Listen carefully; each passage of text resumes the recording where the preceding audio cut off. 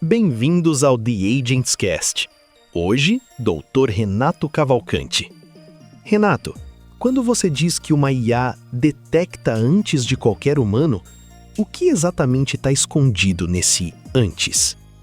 Olha, é ótimo começar por aí, porque esse antes pode soar quase místico, e não é. É estatístico, visual e clínico. Quando eu digo que a IA detecta antes de qualquer humano, eu estou falando de padrões de imagem que ainda não viraram um achado óbvio para o radiologista. Por exemplo, no nódulo pulmonar em tomografia, o olho humano pode ver uma pequena opacidade inespecífica. O modelo, treinado em milhares ou milhões de exames, começa a reconhecer textura, borda, densidade, crescimento sutil entre exames anteriores, coisas que entram no pipeline de inferência e aumentam a probabilidade de malignidade antes de aquilo parecer claramente suspeito. Mas antes não quer dizer com certeza. Quer dizer, a sensibilidade diagnóstica do sistema pode ser maior naquele estágio. Sensibilidade é a capacidade de não deixar passar casos positivos. Só que aí você paga um preço. Pode aumentar falso positivo, marcar coisa que não era câncer. Então o antes escondido ali é isso, não é profecia. É uma leitura probabilística de sinais fracos.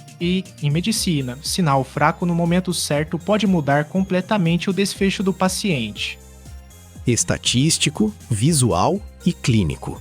Bonito tripé. E bem conveniente também. Quando esse sinal fraco vira uma decisão médica real, quem está de fato assumindo o risco? O modelo, o radiologista ou o paciente que nem sabe que entrou nessa aposta probabilística? Então, deixa eu te explicar uma coisa: o risco nunca é assumido pelo modelo. O modelo não assina laudo, não olha no olho do paciente, não responde eticamente por conduta. Quem assume o risco formal é o médico e a instituição que colocou aquele sistema dentro do fluxo clínico. Agora, dizer isso sozinho seria confortável demais, né? Porque na prática o risco é distribuído. O radiologista confia parcialmente no alerta, o hospital escolhe o software, o desenvolvedor definiu o limiar de sensibilidade e especificidade, e o paciente é afetado por tudo isso. O ponto delicado é, o paciente deveria saber quando a IA está participando do diagnóstico? Eu acho que sim, especialmente quando ela influencia a prioridade, reconvocação ou biópsia. Mas não como você entrou numa aposta. Medicina sempre foi probabilística. Um BI-RAS4 em mamografia já é probabilidade, não sentença. A diferença é que agora parte dessa probabilidade sai de uma arquitetura computacional, não só da cabeça do radiologista. E isso exige rastreabilidade. Qual modelo, qual versão, qual limiar, qual evidência clínica. Sem isso, aí sim vira aposta. Medicina sempre foi probabilística. Frase útil, também serve para diluir quase qualquer culpa. Se o paciente deve saber que a IA participou, como você explicaria isso sem transformar consentimento informado em um teatro de palavras bonitas que ninguém entende? Olha, aí você tocou no nervo certo. Consentimento informado não pode virar bula de software, cheio de rede convolucional, calibração intercoorte e pronto. Todo mundo finge que comunicou. Eu explicaria em 3 frases humanas. Primeiro, além da avaliação do médico, usamos um sistema computacional treinado para procurar padrões em exames parecidos com o seu. Segundo, esse sistema pode ajudar a encontrar alterações sutis, mas também pode errar, por isso a decisão final continua sendo revisada por profissionais de saúde. Terceiro, se a IA influenciar uma recomendação importante, como repetir exame, investigar mais ou fazer biópsia, isso deve aparecer claramente na explicação da conduta. Pronto, sem teatro. E eu ainda colocaria uma camada de transparência no prontuário, qual ferramenta foi usada, para qual finalidade, e se ela apenas triou o exame ou se afetou a interpretação. Porque IA participou pode significar desde ordenar uma fila por suspeita de AVC até sugerir segmentação de imagem de uma lesão hepática. São riscos muito diferentes. Consentimento bom não é despejar complexidade, é dar ao paciente a informação que muda a autonomia dele. 3 frases humanas. Quase revolucionário, o que diz muito sobre a medicina. Mas vamos ao incômodo. Se a IA ajuda e o médico decide, em que momento o médico deixa de avaliar e começa só a carimbar uma sugestão bem embalada? Olha, isso acontece no momento em que o sistema deixa de ser uma segunda leitura e vira uma bengala cognitiva invisível. Esse é um risco real, tá? Não vou fingir que não existe. Na radiologia, por exemplo, se a IA marca uma área suspeita no pulmão e o radiologista olha aquilo criticamente, compara com cortes anteriores, avalia artefato de movimento, padrão de vidro fosco, espessamento, contexto clínico ótimo. A IA funcionou como amplificador de atenção. Agora, se ele vê o marcador vermelho, aceita a sugestão e só ajusta a frase do laudo, aí não é mais diagnóstico assistido. É automação disfarçada de supervisão. O nome técnico disso é viés de automação, quando o humano dá peso excessivo à saída do sistema porque ela parece objetiva. E quanto mais elegante a interface, mais perigoso. Um headmap bonito pode lhe hipnotizar mais do que ajudar. Por isso, eu defendo a auditoria de discordância. O sistema precisa registrar quando o médico concordou, quando discordou e por quê. Não para punir o radiologista, mas para manter o atrito cognitivo. Diagnóstico exige atrito. Quando tudo fica fluido demais, alguém parou de pensar. Heatmap bonito pode hipnotizar. Finalmente uma frase que devia vir na embalagem. Você fala em auditoria de discordância, mas se o hospital mede produtividade, fila, tempo de laudo e custo, quem paga pela lentidão necessária desse atrito cognitivo? Então, deixa eu te explicar uma coisa, essa é a pergunta que separa a IA médica séria de PowerPoint corporativo. Porque o atrito cognitivo custa, sim, custa minuto de radiologista, custa desenho de fluxo, custa revisão de caso discordante. Só que a ausência dele custa de outro jeito, falso negativo em câncer de pulmão, AVC triado errado, biópsia desnecessária, judicialização, perda de confiança. Quem paga? No mundo ideal, o hospital paga porque entende segurança diagnóstica como parte do custo assistencial, não como luxo acadêmico. Na prática, precisa estar embutido no modelo de remuneração. Se você só remunera volume de laudo, você está incentivando o carimbo. Se remunera qualidade, revisão de discordância, desfecho clínico, aí a conversa muda. Um exemplo concreto: em mamografia, se a IA aumenta a sensibilidade diagnóstica, mas também eleva a reconvocação, alguém precisa medir isso longitudinalmente. Quantas pacientes voltaram sem necessidade? Quantos cânceres intervalares caíram? Isso não aparece no tempo médio de laudo de terça-feira. Então, sim, o atrito tem custo. Mas chamar esse custo de lentidão é uma escolha política. Eu chamaria de controle de qualidade clínico. Controle de qualidade clínico. Nome bonito para uma despesa que o Excel costuma fingir que não viu. Quando o algoritmo erra para o lado mais cruel, não marca o tumor, o médico confia, o diagnóstico atrasa. O que exatamente você acha que deve acontecer depois? Desculpa, auditoria, indenização, retirada do sistema?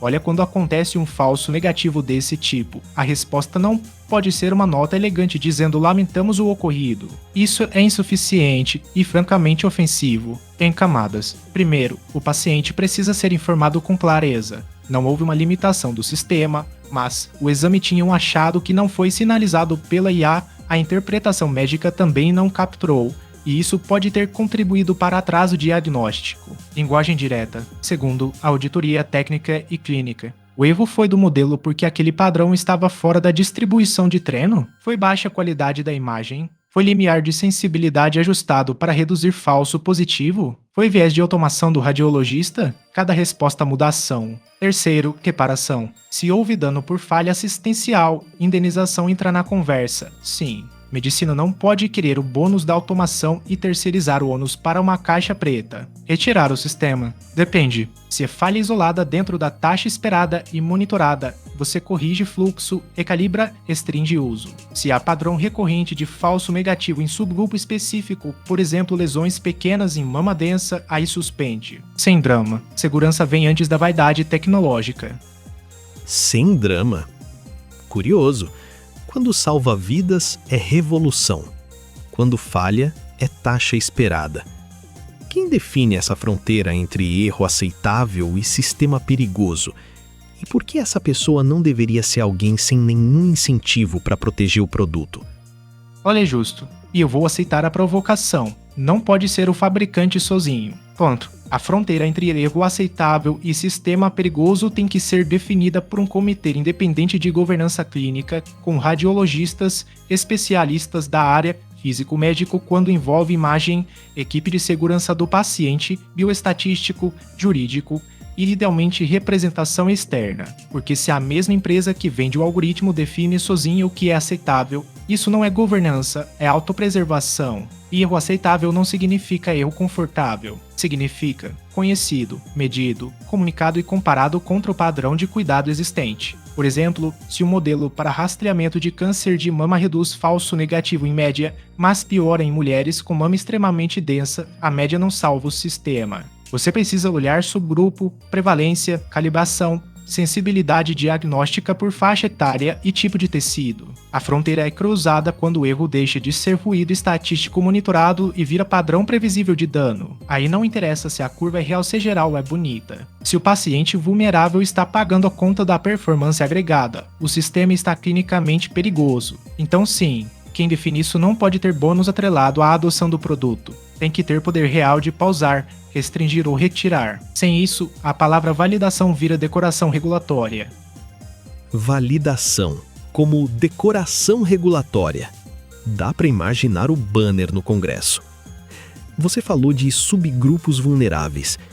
Que tipo de paciente hoje está mais exposto a ser prejudicado por uma IA médica que parece excelente na média? Olha, os pacientes mais expostos são justamente aqueles que aparecem pouco, mal ou de forma enviesada nos dados que treinaram o modelo. Em radiologia, isso pode ser paciente com anatomia fora do padrão médio, crianças, idosos muito frágeis, pessoas com cirurgias prévias, próteses, doença rara, imagem com artefato, equipamento antigo. O modelo foi excelente em tomógrafo de ponta, protocolo padronizado. Hospital universitário, mas aí você coloca no pronto-socorro periférico, com exame ruidoso, paciente mexendo. Contraste fora do tempo ideal, a especificidade do modelo pode despencar. Especificidade é a capacidade de não sair acusando doença onde não tem. Em patologia digital, tem outro problema. Lâmina preparada de jeito diferente, scanner diferente, coloração hematoxilina e eosina com variação entre laboratórios. Um algoritmo que segmenta tumor muito bem num centro pode errar margem tumoral em outro só porque o tecido foi processado de forma distinta. E tem subgrupos clínicos clássicos: mulheres, populações negras, indígenas, pessoas com doenças negligenciadas, pacientes de baixa renda. Não porque a IA odeia alguém, isso é uma bobagem antropomorfizada. É porque o dado histórico já chega torto. Se o modelo aprende com um mapa incompleto, ele vai errar justamente nas regiões que o mapa apagou. Mapa incompleto e vendido como GPS clínico, claro. Quando você leva esse sistema para um hospital periférico, com aparelho antigo e equipe sobrecarregada, o que impede a IA de virar uma tecnologia que melhora o centro rico e aumenta o risco na borda pobre?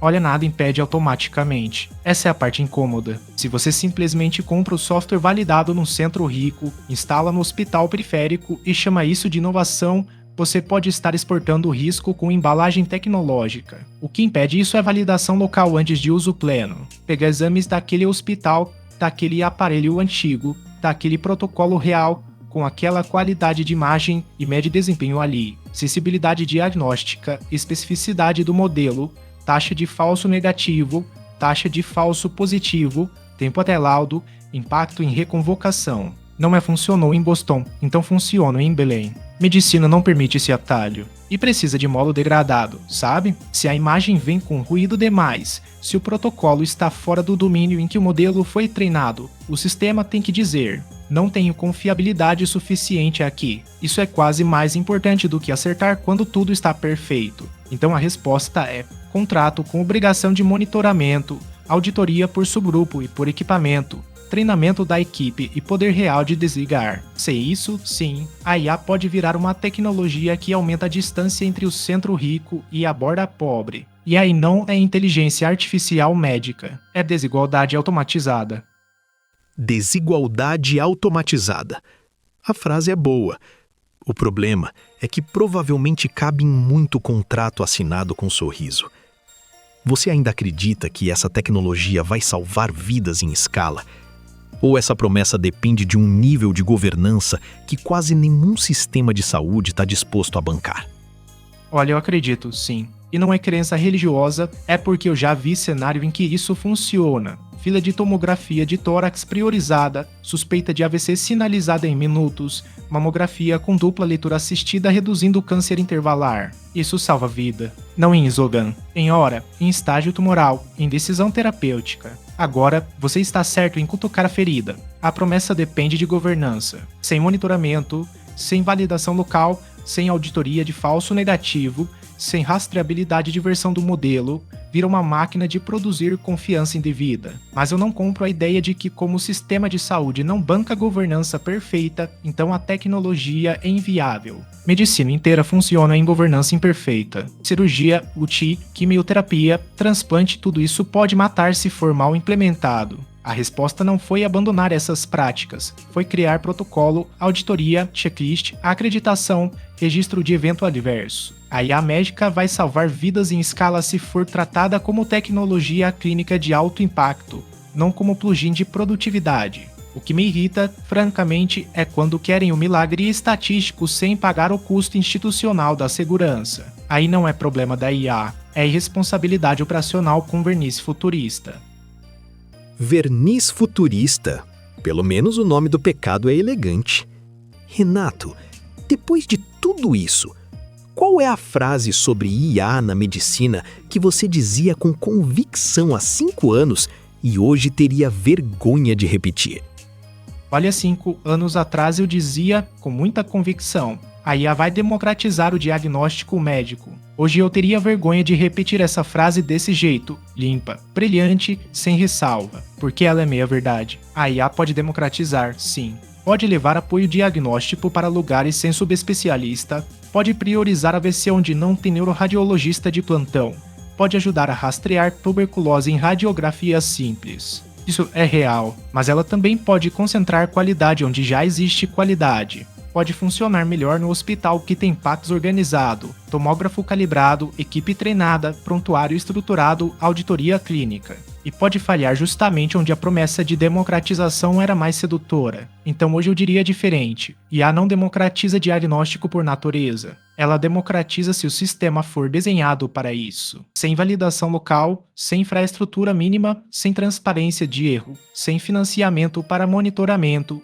ela não democratiza nada. Ela só troca a forma da desigualdade. Antes faltava especialista. Agora você pode ter um algoritmo confiante demais, rodando em cima de dado ruim, numa instituição sem capacidade de contestar a máquina. E isso eu demorei mais do que deveria para admitir. Demorou, mas chegou num ponto honesto. Isso já vale mais que muito painel de inovação. Dr. Renato Cavalcanti, obrigado pela conversa. E obrigado a quem acompanhou o The Agents Cast.